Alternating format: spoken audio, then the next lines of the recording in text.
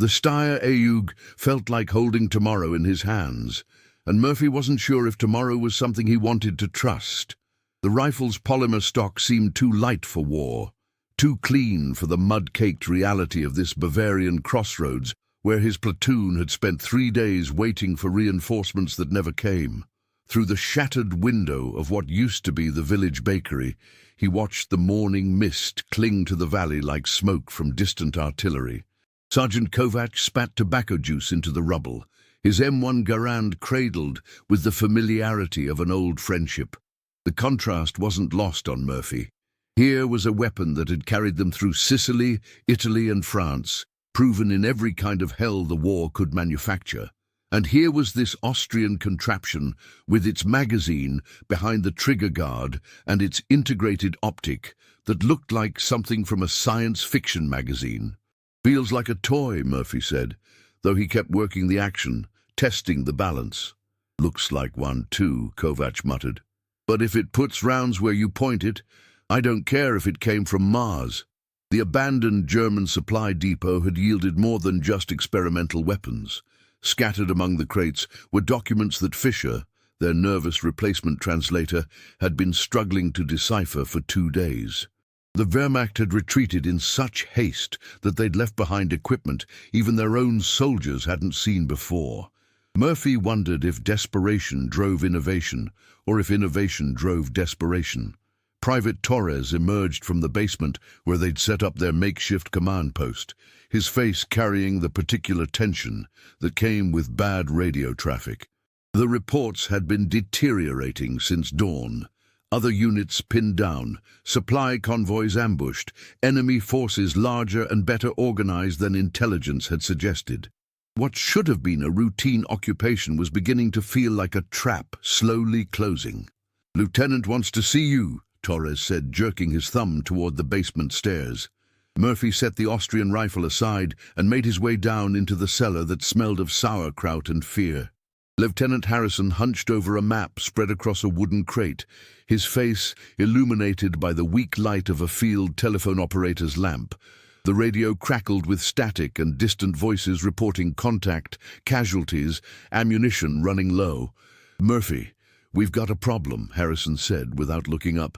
"Battalion's been trying to reach us for 6 hours. Last transmission said enemy armor moving through the hills, probably trying to punch through to the main road." Murphy studied the map, noting how their position sat astride the only hard surface route for 15 miles in either direction.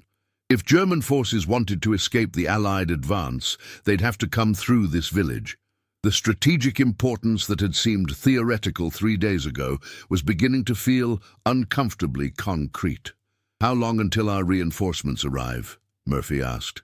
Harrison's pause carried its own answer. "That's the problem. They're not coming. Everybody's committed elsewhere, and we're what's holding this sector together." The weight of that reality settled over the basement like cold water. Murphy glanced at the radio operator, a kid named Walsh, whose hands shook slightly as he adjusted frequencies, searching for any friendly voice in the static. Outside, the rest of the platoon maintained their positions, unaware that their temporary mission had just become a last stand. Murphy climbed back upstairs to find the Austrian rifle where he'd left it, its unfamiliar lines somehow more compelling now. If they were going to hold this crossroads against whatever emerged from those hills, conventional thinking might not be enough. The weapon represented adaptation, innovation born from necessity. Perhaps that's exactly what this morning would demand. The first mortar rounds began falling 20 minutes later. If stories like this make you imagine what you'd do under fire, tell us in the comments how you think you'd react in this situation, and stay with us for the next chapters. The mortars found their range with the third salvo, sending shrapnel singing through the village square like angry hornets. Murphy pressed himself against the bakery's stone wall as plaster rained down from the ceiling, the Austrian rifle clutched in hands that remembered every previous bombardment from Anzio to the Vosges Mountains. But this felt different, more precise, more patient, like an enemy that had time to do things properly. Kovac belly-crawled across the floor to Murphy's position, his weathered face set in the particular grimness that came with recognizing a bad tactical situation. Through the gaps in their defensive line, they could see muzzle flashes winking from the tree line. Not the wild, desperate fire of a broken unit, but the methodical shooting of soldiers who knew their business. "Count at least 2 machine gun positions," Kovac reported. "Plus whatever's calling in that mortar fire. They've had all night to get set up." Murphy nodded, working the bolt of the Steyr AUG and finding it smoother than he'd expected. The rifle's compact design allowed him to maneuver in the confined space of the bakery without the awkwardness his M1 would have imposed. Small advantages, but in combat, small advantages often meant the difference between coming home and not. Torres appeared in the doorway, his young face streaked with brick dust and something darker. "Radio's dead," he announced. Shrapnel took out the antenna, and Walsh caught some fragments. "He's still breathing, but he's in no shape to work the set." The communication link to the outside world had just been severed, leaving Murphy's platoon isolated in a battle that was escalating beyond their ability to handle alone. Without radio contact, they couldn't call for artillery support, couldn't request airstrikes, couldn't even inform higher command that they were in contact with significant enemy forces. Through the rifle's integrated optic, Murphy watched German infantry begin their advance under covering fire. The sight picture was clearer than anything iron sights could provide, allowing him to identify targets at ranges where his standard equipment would have shown him only shadows and movement. He selected a figure moving between trees and squeezed the trigger. The recoil surprised him, less than expected, allowing faster recovery for a second shot. The target dropped, whether from his fire or someone else's, Murphy couldn't tell, but the rifle's performance exceeded his skeptical expectations. Whatever Austrian engineers had designed into this weapon, they'd understood something about combat effectiveness that transcended familiar appearances. "Murphy!" Kovac shouted over the increasing din. "They're moving around our left flank!" The tactical situation was deteriorating rapidly. Enemy forces had used the night hours to position themselves for a coordinated assault, while Murphy's undermanned platoon held positions that were never intended to withstand serious attack. The village's scattered buildings provided some cover, but also created blind spots where German infantry could advance unseen. From the basement came the sound of Lieutenant Harrison shouting orders, trying to coordinate a defense with runners since the radio was useless. Murphy could hear Torres relaying messages to positions around the village square, but the responses were growing fewer and more urgent. Ammunition was already running low after less than an hour of sustained contact. The Austrian rifle's magazine held more rounds than his M1's en-bloc clips, another small advantage that was beginning to feel significant. Murphy had always known that combat came down to simple mathematics. Who could deliver effective fire longer? Who could move faster when movement became necessary? Who could make better use of available terrain and equipment? As the morning wore on, the enemy's tactical patience became more apparent. This wasn't the desperate gamble of a broken army, but the methodical advance of professional soldiers executing a plan they'd had time to develop. Murphy realized his platoon wasn't facing stragglers or fanatics, but combat veterans who understood their business as well as he understood his. The sound of approaching engines echoed from the eastern road, diesel motors with the particular rhythm of tracked vehicles. Harrison's voice carried up from the basement, sharp with the recognition of how much worse their situation had just become. "Armor! At least 2 vehicles, maybe more." The tanks announced themselves with the deep rumble of diesel engines that Murphy felt in his chest before he heard them with his ears. Through the Austrian rifle's optic, he caught the first glimpse of German armor nosing around the bend in the eastern road. The angular silhouette of a Panzer IV, its gun already traversing toward the village. Behind it, a second vehicle materialized from the morning haze, like something from a nightmare he'd been having since the Vosges Mountains. Kovac cursed with the creative fluency of a man who'd been in too many impossible situations. Their defensive position, which had seemed adequate against infantry, suddenly felt as substantial as a house of cards. The village's stone buildings might stop rifle bullets and shrapnel, but they wouldn't even slow down tank rounds. "Where the hell is our armor?" Torres asked, though they all knew the answer.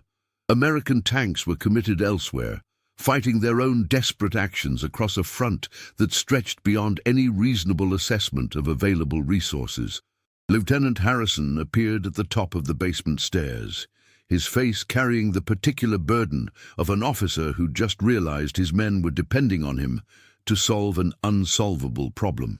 The tactical mathematics were stark. One understrength platoon with small arms against coordinated infantry and armor attacks. It was the kind of situation that ended with after-action reports written by whoever found the bodies. "We can't hold this position," Harrison announced. "But we can't retreat either. Battalion's last message before we lost contact said German forces are trying to break through all along this sector. If they punch through here, they'll cut off 3 companies to our north." Murphy understood the implications.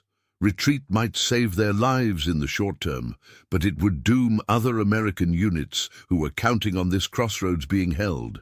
The weight of that responsibility felt heavier than any equipment he'd ever carried. Through the rifle's scope, he watched German infantry take positions behind the advancing armor, using the tanks as mobile cover for their assault. The first tank round impacted the building across the square, sending a shower of stone and timber fragments across their position. The concussion wave rattled Murphy's teeth and filled his mouth with the taste of pulverized mortar. This was how positions were overrun. Methodical destruction of cover, followed by infantry assault under armor protection. Private Carson, their youngest replacement, pressed himself against the basement doorframe with the wide-eyed expression of someone experiencing his first serious combat. Murphy remembered wearing that same look during his early actions in the Mediterranean theater before experience taught him that survival depended on functioning despite fear, not conquering it. "Carson," Murphy called, "get down to the basement and help Walsh with that radio. Maybe we can jury-rig something that'll reach somebody." The young soldier nodded gratefully and disappeared downstairs, eager for any task that took him away from the incoming fire.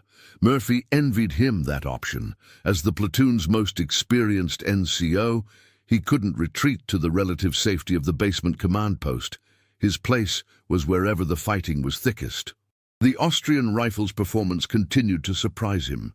Its compact design allowed rapid movement between firing positions, while the optical sight provided target acquisition advantages his iron sights couldn't match. He'd already burned through 2 magazines, something that would have required 16 clips with his M1 Garand. Small efficiencies, but they were adding up to tactical advantages his conventional training had never considered. A runner from Lieutenant Harrison reached their position, crawling across the rubble-strewn floor with news that made Murphy's stomach tighten. 2 more machine gun positions had been identified to their south, and enemy infantry was massing for what appeared to be a coordinated assault on multiple axes.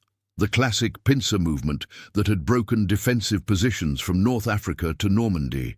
Through gaps in the bombardment, Murphy could hear German voices shouting coordination signals. Professional communication, calm and methodical. These weren't desperate men making a last gamble, but confident soldiers executing a plan they expected to work. The realization that his platoon was probably going to die here settled over him like cold rain. Would you follow the orders exactly, or trust what your own eyes and instincts tell you in a moment like this? Comment which path you'd take, and share this episode with someone who loves real human stories from history. The breakthrough came when Murphy made the decision that would haunt his dreams for decades afterward. Not the horror of it, but the cold calculation that preceded it. The enemy assault was building toward its crescendo, German infantry advancing behind their armor, while machine guns from the flanking positions poured suppressive fire into the American defensive line. In perhaps 10 minutes, maybe 15, the position would be overrun. Lieutenant Harrison had already sent Carson and 2 other men toward the rear with orders to establish a fallback position, though everyone understood it was really preparation for full retreat. The mathematics of the engagement had shifted beyond any reasonable hope of holding the crossroads, but those 3 companies to the north were still depending on someone buying them time to withdraw. Murphy shouldered the Austrian rifle and moved toward the church tower, a position he'd been considering since the fighting began but had rejected as too exposed. The tower's height would provide commanding observation over the entire village, but it would also make him the most visible target for every German weapon within range. Conventional military wisdom said it was suicide. "Murphy, where the hell are you going?" Kovacs shouted. "Somebody's got to slow them down," Murphy called back, already climbing the narrow stone stairs. The tower's internal structure had suffered damage from the bombardment, but the walls were solid medieval stone, thick enough to stop small arms fire. Through the Austrian rifle's optic, Murphy could see the entire tactical situation laid out below him like a 3-dimensional map. German infantry positions, the 2 tanks positioned to support the assault, machine gun nests that had been invisible from ground level. The rifle's first shot took down a German NCO who was coordinating the infantry advance, causing immediate confusion in that sector. Murphy's position in the tower allowed him to engage targets throughout the village, something impossible from any ground-level position. The Steyr AUG's compact design proved perfect for the confined shooting positions the tower provided. From his elevated vantage point, Murphy could see what the German plan had been: a textbook combined arms assault designed to overwhelm defensive positions through coordinated firepower and movement. But the plan depended on American forces reacting predictably, retreating when the tactical situation became untenable. Nobody had planned for one rifleman taking a position that commanded the entire battlefield. The enemy's confusion was immediately apparent. Machine gun crews that had been firing at predetermined positions began searching for the unexpected threat from above. The lead tank's commander, who had been coordinating with infantry from his open hatch, ducked inside and buttoned up, reducing his ability to communicate with supporting troops. Murphy worked the Austrian rifle with mechanical precision, selecting targets that would cause maximum disruption to the enemy's coordination. Squad leaders directing movement, machine gun crews serving their weapons, tank commanders trying to re-establish communication with their infantry support. Each shot forced German forces to adapt to threats they hadn't anticipated. The tactical advantage was temporary. Murphy understood that clearly. Eventually, enemy forces would coordinate their firepower against the tower position, and stone walls wouldn't protect him from concentrated tank fire. But every minute he held their attention was another minute for those 3 companies to complete their withdrawal, another minute for his own men to establish better defensive positions. Through the rifle's scope, he watched German soldiers pointing toward the tower, shouting instructions he couldn't hear over the battle's din. The lead tank began traversing its main gun toward his position, a movement that carried its own inevitable conclusion. Murphy had perhaps 30 seconds before high-explosive rounds began dismantling the medieval stonework around him. He used those seconds to engage the tank commander, who had emerged from his hatch to spot for the main gun. The shot was longer than any he'd attempted with the Austrian rifle, but the optic provided clear target resolution at ranges where iron sights would have been useless. The commander dropped from sight, forcing the tank crew to operate without external observation. Without their commander's direction, the tank's fire went wide, impacting the tower's base, but missing Murphy's position. The reprieve wouldn't last long. Other German weapons were already adjusting their aim toward the tower. But Murphy had bought the time he'd come for, disrupted the enemy assault long enough to matter. The secret that no after-action report would ever capture was how Murphy felt in those moments between shots. Not heroic, not determined, but completely empty, as if he'd stepped outside himself and was watching someone else work the Austrian rifle with mechanical precision. The young man from Texas who'd climbed those tower stairs had somehow disappeared, replaced by something that calculated angles and ammunition counts without feeling the weight of what each trigger pull meant. Below him, German forces were adapting to his position with professional competence that he found almost admirable. Machine gun crews repositioned their weapons to engage the tower, while infantry squads moved to positions where they could provide supporting fire for another tank assault. These weren't panicked conscripts, they were experienced soldiers who understood how to solve tactical problems under pressure. The Austrian rifle's magazine ran dry, and Murphy reloaded with movements that bypassed conscious thought. His hands knew the weapon now, had adapted to its unfamiliar mechanisms through repetition under fire. The rifle, that had seemed alien in the abandoned German depot, had become an extension of his battlefield instincts, proving that effectiveness mattered more than familiarity. Through the scope, he watched Lieutenant Harrison directing the withdrawal of the remaining platoon members from their forward positions. Kovac was helping Walsh, the wounded radio operator, toward the rear of the village, where they might find better cover. Torres had taken position behind the overturned baker's cart, providing covering fire for the movement. Good men following sound tactical doctrine, doing what trained soldiers were supposed to do when positions became untenable. But Murphy remained in the tower, engaging targets that threatened his withdrawing comrades. Each shot drew more attention to his position, bought his men more time to reach safety, and made his own survival less likely. The mathematics were simple. One man's life weighed against the possibility of saving everyone else. It wasn't heroism, it was arithmetic. The emotional cost wouldn't arrive until later, in quiet moments years afterward, when the smell of diesel fuel or the sound of church bells would transport him back to this tower. In combat, there was only the immediate necessity of putting rounds where they would do the most good, of disrupting enemy coordination long enough for tactical miracles to occur. The lead tank had repositioned for a direct shot at the tower's base, its main gun elevated to the proper angle for maximum effect against medieval stonework.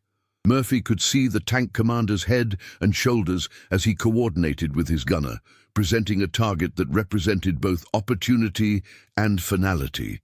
If this shot failed, there wouldn't be time for another. The Austrian rifle's trigger broke cleanly, sending its bullet across the village square with precision that surprised even Murphy. The tank commander dropped from sight again, but this time the crew's confusion lasted longer. Without external direction, they couldn't coordinate with their infantry support or position for effective fire against the tower. That confusion cascaded through the entire German assault.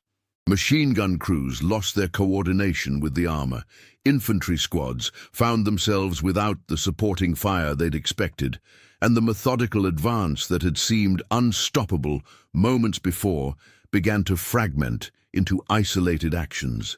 Murphy had found the critical point in their tactical system and applied pressure with surgical precision. From his elevated position, he could see American reinforcements finally approaching from the south, a column of Sherman tanks with infantry support that intelligence had promised, but Murphy had stopped believing in. The timing was almost miraculous, arriving exactly when his isolated action had thrown enemy forces into maximum confusion. The relief wasn't celebration, but exhaustion so complete that Murphy could barely work the rifle's bolt for the final shots. His hands shook with a tremor that had nothing to do with fear and everything to do with the body's rebellion against what the mind had demanded. He'd held this position for almost 40 minutes, though it felt like hours, buying time measured in other men's lives. The silence that followed the German withdrawal was heavier than the gunfire had been, filled with the weight of what had almost happened and the cost of preventing it. Murphy descended from the tower on legs that barely supported him, the Austrian rifle slung across his shoulder like a burden he'd never be able to set down. The weapon that had seemed so alien that morning now felt like the only thing that made sense in a world where young men climbed church towers to solve problems that shouldn't exist. Kovac found him sitting on the steps of the bakery, staring at his hands as if they belonged to someone else.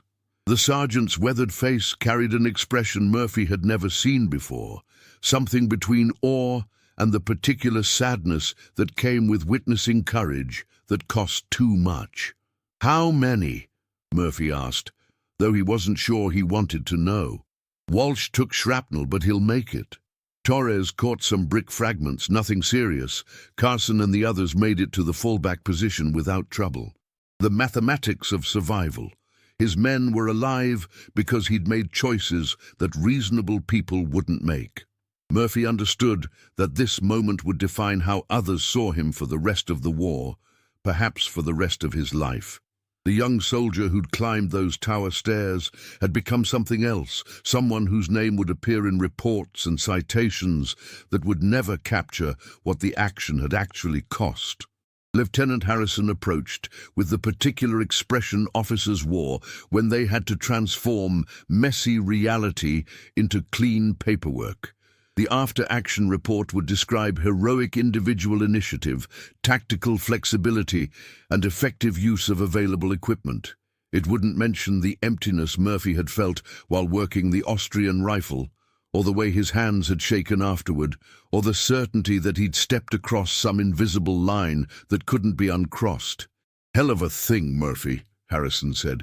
"Battalion's going to want to hear about this." Murphy nodded without enthusiasm. He understood that this action would become part of his legend, another entry in a growing file of impossible things he'd done when impossible things needed doing. But legends were clean, simplified versions of events that were anything but clean or simple. The real weight would stay with him in quiet moments when diesel engines or church bells triggered memories he couldn't share with anyone who hadn't been there. The Austrian rifle leaned against the bakery's stone wall, its polymer stock scarred by brick dust, and its optics slightly misaligned from the morning's concussions. In a few hours, it would be catalogued and shipped to some intelligence unit for evaluation. The weapon that had saved Murphy's platoon would become a footnote in technical reports about enemy equipment and experimental designs. Years later, in a Texas town where church bells rang peacefully on Sunday mornings, Murphy would sometimes catch the scent of diesel fuel from a passing truck and feel his hands remember the weight of that unfamiliar rifle. The moment would pass quickly, but it would leave behind the quiet understanding that some prices were paid in advance, long before anyone calculated what they were worth. Torres appeared with a fresh pot of coffee, liberated from somewhere in the village, steam rising from metal cups that had been cold just hours before. The small ritual of sharing warmth and caffeine represented a return to routines that made sense, human connections that survived tactical necessities. "That was some shooting," Torres said quietly. Murphy sipped his coffee and watched American armor taking positions around the village, professional movements that would secure what his desperate action had bought. The war would continue its vast, impersonal momentum, but this particular crossroads would remain in American hands. 3 companies to the north would complete their withdrawal safely, and new defensive lines would be established with proper supporting fires and communication. The young man who'd examined an alien rifle that morning was gone, replaced by someone who understood that effectiveness came at costs that couldn't be calculated in advance. The Austrian weapon had taught him to trust performance over preference, adaptation over doctrine, and the terrible mathematics of survival over comfortable assumptions about how things should work. If this story reminded you that behind every medal there's a human being carrying memories we'll never fully see, subscribe to the channel, tell us which country you watch from, and invite someone to revisit history with us in the next story.